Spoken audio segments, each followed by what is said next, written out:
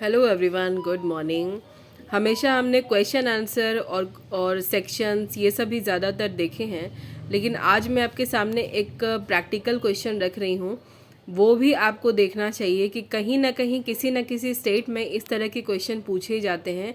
जैसे अगर आप एमपी जुडिशरी देते हैं, राजस्थान जुडिशरी देते हैं, और या फिर हरियाणा जुडिशल सर्विस देते हैं, या फिर आप कोई भी एडीजे की प्रिपरेशन कर रहे हैं, तो आपको उसके हिसाब से ये वाले क्वेश्चन जो है आने चाहिए।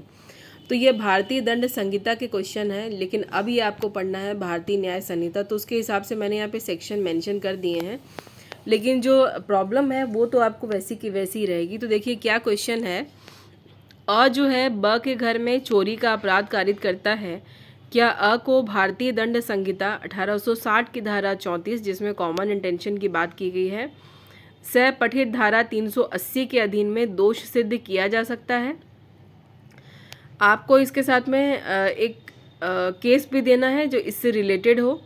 तो जो भारतीय दंड संहिता की धारा 34 थी, उसको अब भारतीय न्याय संहिता की धारा 3 के 5 यानी 3 के क्लॉज नंबर 5 में दे दिया है, और जो धारा 380 थी उस धारा को 305 में दे दिया गया है। तो धारा 305 क्या कहती है वो मैंने यहाँ पर पेंसिल से लिख दिया है।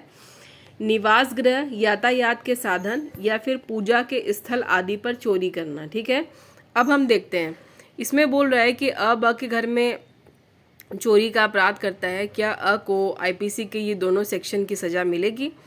तो यहाँ पे बोल रहा है कि भारतीय दंड संहिता की धारा 34 अब भारतीय न्याय संहिता की धारा 3 के खंड 5 के अनुसार, जबकि कोई आपराधिक कार्य कई व्यक्तियों के द्वारा, तो यहाँ पर अ सिर्फ एक ही आदमी है जो चोरी कर रहा है, लेकिन कॉमन इंटेंशन के लिए आपको दो या दो से ज़्यादा लोगों की ज़रूरत पड़ती है।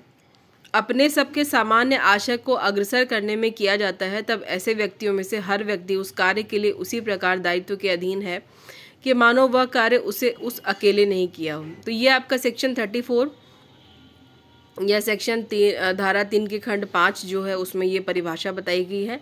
तो ये धारा तो अ के ऊपर यहाँ पर नहीं लगेगी, लेकिन इस प्रकार जो है धारा 34 तब लागू होगी जब अपराध करने वाले व्यक्तियों की संख्या 2 या 2 से ज़्यादा हो। लेकिन ये जो प्रस्तुत समस्या है उसमें अ अकेले ही ब के घर में चोरी का अपराध कर रहा है। मैंने आपको बता दिया कि 305 क्या कहती है।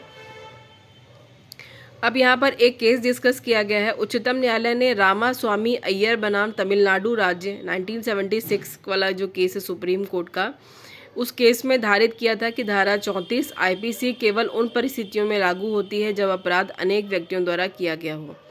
तो निष्कर्ष ये निकलता है कि अ नाम का आदमी धारा 380 यानी धारा 305 के अधीन ही सिर्फ दोष सिद्ध किया जाएगा। तो प्रैक्टिकल क्वेश्चन किस तरीके से पूछे जाते हैं इस पर आप ज़रा सा ध्यान दीजिए।